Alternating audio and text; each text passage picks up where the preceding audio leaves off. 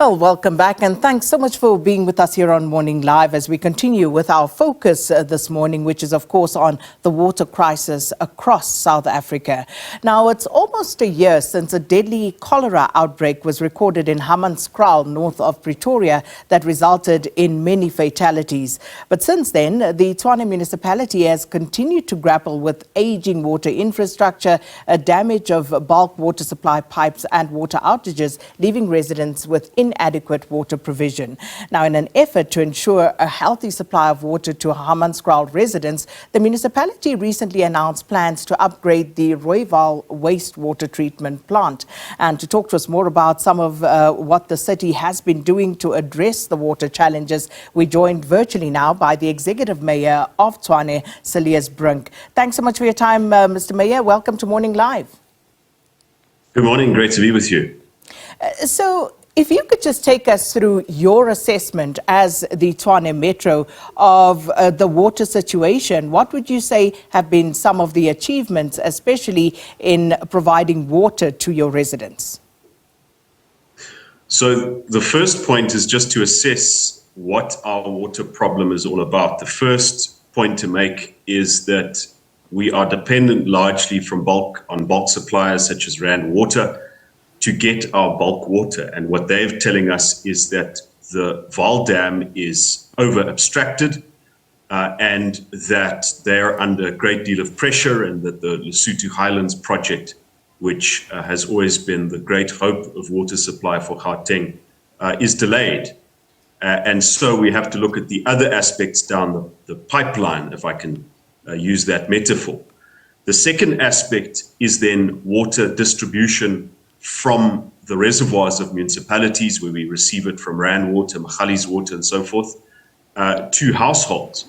And that is where municipalities are losing a great deal of water. Tshwane water losses are at about 32%, which are relatively high, although manageable.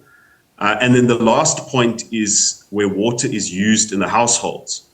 And there we are told that Gauteng is way above the world average in terms of per person water usage. So what can we do? Firstly, we must explore alternative ways of abstraction. Tshwane has got some water sources of our own, and we're looking to partner with other entities to unlock that potential, in particular Rooiwal Dam and Rooiwal Dam. Secondly, we're working on a pipe replacement program. Our pipe replacement program is about 66 million rand. But we're also trying to deploy technology on water leak detection so that where there are water leaks in our system, we can attend to that as soon as possible. And lastly, of course, and this is the most difficult part, is in getting consumer behavior to change, getting an appreciation that there is a shortage of water. Now, that is, of course, aside from the wastewater treatment issues that we have. As you've mentioned, we have partnered with the DBSA and the National Department of Water and Sanitation to upgrade Rooiwal. And this morning I'm joining the Minister of Water Affairs in Hammanskraal, where we will be unveiling a package plant that will be constructed in the next few months that will temporarily relieve the situation of Hammanskraal residents, supply them with clean water from Magalies Water instead of the city, while we are upgrading the Rooiwal wastewater treatment plant. And I'm going to come back to Rooiwal in just a moment, but I just want to touch on the 30-odd% of water loss in the city. You spoke about several factors there, but what in the main is the reason for that loss? So it's aged infrastructure, and I would say that it is failure to spend on capital projects 20 years ago, because that is the timeline that you look at in terms of infrastructure. Failure to spend now leads to adverse consequences down the line.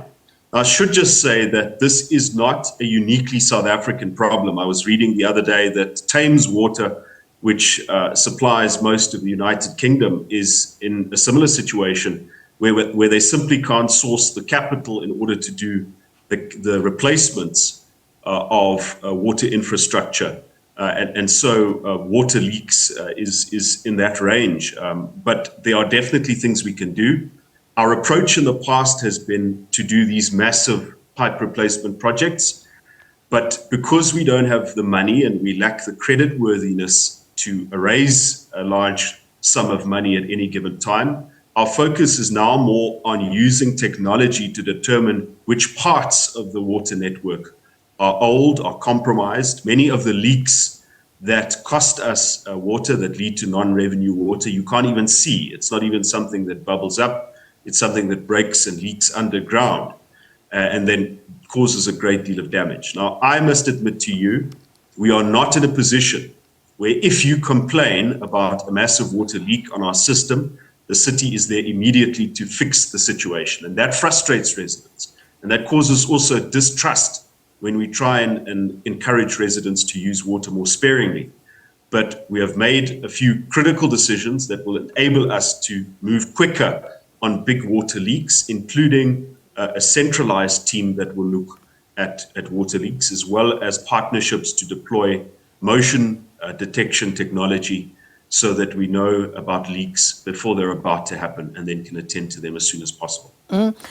Frustrating, bordering on criminal, given that we are a water-scarce country, where you have situations whereby there was a report last year of a 90 million kiloliter water leak in Sunnyside, and the report at the time stated, Mr. Mayor, that the city couldn't fix it because they simply didn't have the materials to do so. That is criminal. So this is the kind of situation that you deal with in terms of infrastructure. Much of the pipes in places like Makkelmeek, Sunnyside, older parts of Tshwane date back to the 1920s and 30s. Now you can imagine that that infrastructure was pretty sturdy given the fact that it's lasted this long, but it is simply impossible to proactively replace all of the old water network that might break, that might go out of service. And so you're in a situation, and this was also during the strike, which caused further delays, where you have to have certain components of those pipes and those networks manufactured to order, because you can imagine that stuff that was on the shelves in the 1920s and 30s is simply no longer on the shelves. So that is very, very frustrating. I wouldn't say it is criminal, because it's not simple negligence, but I do concede that we can do more to have parts and even made-to-order parts available as parts of this older network come undone. Yeah, I mean, in terms of planning, you obviously, as a city, didn't expect this infrastructure to last forever, which is why there are maintenance budgets. And therefore, a lack of planning on the part of the city is criminal if people are going without water. It is criminal if we're losing 90 million kiloliters of water in a water-scarce country, and people have to go without and share water with animals in certain parts of this country. We need to be more serious about how we see these things, Mr. Mayor. But you know, we are running out of time. At no point do I deny that. I just want to emphasize that if we were to proactively replace all of the aged infrastructure, it would cost us more than the city's entire capital budget. So you are in a situation of scarcity where you have to almost make a prediction about which parts of the network are likely to fail. And that is not always a perfect and exact situation. If we had a couple of $100 billion to do the replacements proactively, we would have done so. But if you are in a situation where your resources are outstripped by the need, by the state of the infrastructure backlog, as many cities across the world are, you simply have to be smarter. And I agree with you, we can do far more to prevent water losses. Mr. Mayor, let's touch on the Rooiwal water treatment plant that you also touched on earlier in one of your responses. So it's almost a year, somewhere thereabouts, since that devastation that hit the Hammanskraal community impacted by that cholera outbreak, and it resulted in around 30 fatalities. Now, has all the remedial measures that were been implemented to improve the water quality and sanitation challenges for that community? So yes, it's very important that the upgrade of the Rooiwal wastewater treatment plant proceed. We've budgeted that money. We've signed our agreement with the DBSA. They will be the implementing agent on the project. They will source specialized water capacity. The contractors are on site. The site has been secured, but it is important to realize that the kind of upgrades at Rooiwal are not going to happen in a matter of months. It is going to be at least a 3-year project. We can incrementally increase the quality of the effluent that's released at Rooiwal once certain things are in place. And in that regard, the DBSA has also been kind enough to enter negotiations for a 25 million rand grant to assist us in the repairs and maintenance at the plant as we upgrade it. But it is also important to note that because we know people don't have patience and we don't have credibility on this, quite frankly, given all of the delays, we need a short-term solution as well. And in that respect, we've concluded a partnership agreement with the Department of Water and Sanitation. And the Magalies Water, the project that is being launched this morning, is going to build a package plant to supply that portion of Hammanskraal that is dependent on Tshwane water to give us the time to fix Rooiwal.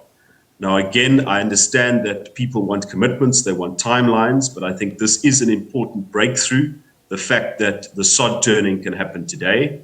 And we'll continue to work with the Department of Water and Sanitation and Magalies Water to keep track of the project, to get the buy-in of the community.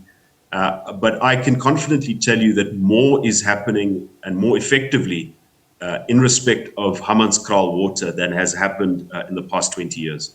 How much has the municipality spent so far on that Rooiwal project? So it is important. We've budgeted 150 million, but before we spend a cent, we've got to be absolutely sure that that money doesn't go to waste, that we don't make the same mistakes where a contractor is appointed that's implicated in state capture, as happened before, and that the money is wasted because the company appointed doesn't have the capacity to do the work. And so a lot of work has gone into the planning of it, crafting specifications. I understand that people accept that money, how much money you spend, is sometimes a measure of your success. Our focus is on the value that we're going to get for that money. So we want to make absolutely sure that things are in place, and then we will transfer the 150 million allocation to the DBSA as the implementing agent. That should happen in the next few weeks. So how much has been spent so far, Mr. Mayor? So nothing has been spent yet, but commitments have been made. So the 295 odd that was awarded. Oh, of course. Historically, yes. Historically, about 295 million has been spent. And unfortunately, only 63% of that project was completed. And I referred to the mistakes of the past a moment ago, and that was one of them. At that stage, the city was partnering with Rooiwal, and a company linked to Edwin Sodi was awarded that tender. We've been very clear that we want to avoid these circumstances going ahead. So we want to get 100% of project implementation for the money that we spent, not 63%. Mr. Mayor, we are out of time, but I quickly want to hear from you the disciplinary action against employees of the city with regard to the awarding of that tender. How far is that process? Has it been concluded? So to the best of my understanding, and remember, a mayor doesn't sit on disciplinary panels, but because there's such great public interest in this, I do inquire about the progress where we are as a city. As you know, there was a forensic report and the city acted on that report. I understand the case is finalized and we are awaiting the verdict by the presiding officer of the disciplinary case. And that should be a matter of days. And of course, we will keep the public informed. Cilliers Brink, Tshwane Municipality or Tshwane Metro's Executive Mayor, thanks so much for your time this morning, talking to us about the state of water supply and interventions being made to address the water challenges in the Metro.